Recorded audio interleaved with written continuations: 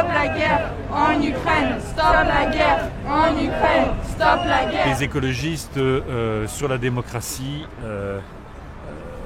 n'ont jamais rien lâché. Ils sont toujours portés auprès des peuples qui subissaient les dictateurs, la répression, les persécutions, et ils n'ont jamais choisi entre les bonnes et les mauvaises dictatures. C'est au président de la République de rassembler les forces politiques de ce pays. Vous voyez bien que là, notre pays est menacé, l'Union européenne est menacée par un dictateur, qu'il nous faut encore une fois agir ensemble pour défendre la démocratie, pour défendre un pays qui est à la frontière de l'Union européenne, pour défendre l'intégrité d'un pays européen. Et on voit bien que dans le débat français, il y a énormément de complaisance vis-à-vis de Vladimir Poutine, et il faut montrer un visage beaucoup plus uni, beaucoup plus ferme vis-à-vis d'un dictateur qui aujourd'hui agresse un pays souverain. Le président de la République a certes choisi de présider l'Union européenne en pleine campagne électorale, ce qui ne lui donne pas beaucoup de force et beaucoup de temps, mais la France a une responsabilité particulière. C'est évidemment de faire que l'Union européenne pèse vis-à-vis de Vladimir Poutine. Il ne vous a pas échappé qu'il est allé voir Vladimir Poutine seul, quand il aurait été, à mon avis, plus judicieux d'y aller avec les principaux dirigeants européens pour montrer une Europe unie.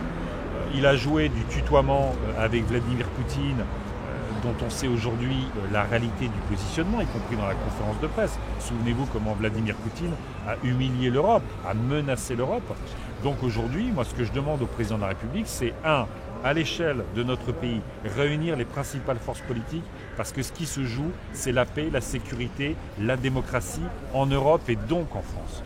Deuxièmement, de convoquer un sommet européen à Kiev pour montrer la fermeté, l'unité de l'Union européenne face à l'agression de Vladimir Poutine. On pèse, on sanctionne évidemment très lourdement Vladimir Poutine, très lourdement l'oligarchie autour de Vladimir Poutine, et on arrête toutes les complaisances vis-à-vis d'un dictateur.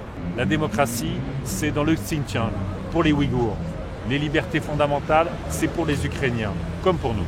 Je pense que Emmanuel Macron a sous-estimé l'agressivité, la brutalité et les velléités guerrières de Vladimir Poutine. La guerre en Europe. Moi, je suis aux côtés de Yannick Jadot devant l'ambassade de Russie pour manifester notre soutien au peuple ukrainien et pour dire qu'on a des combats en commun qui sont des combats extrêmement importants pour moi et qui sont des combats pour la liberté des peuples et pour l'Union européenne. Prenez tous les candidats nationalistes aujourd'hui, des gens qui vous traitent de collabos dès que vous êtes opposés au fait de renvoyer 1 million de musulmans en 10 jours. Ces gens-là qui n'ont que ce mot à la bouche, de collabo, de traître à l'identité nationale et tout ça, eh bien, en fait, ce sont les serviteurs zélés d'un tyran étranger qui se vit en guerre contre les intérêts et les principes qui structurent la République française.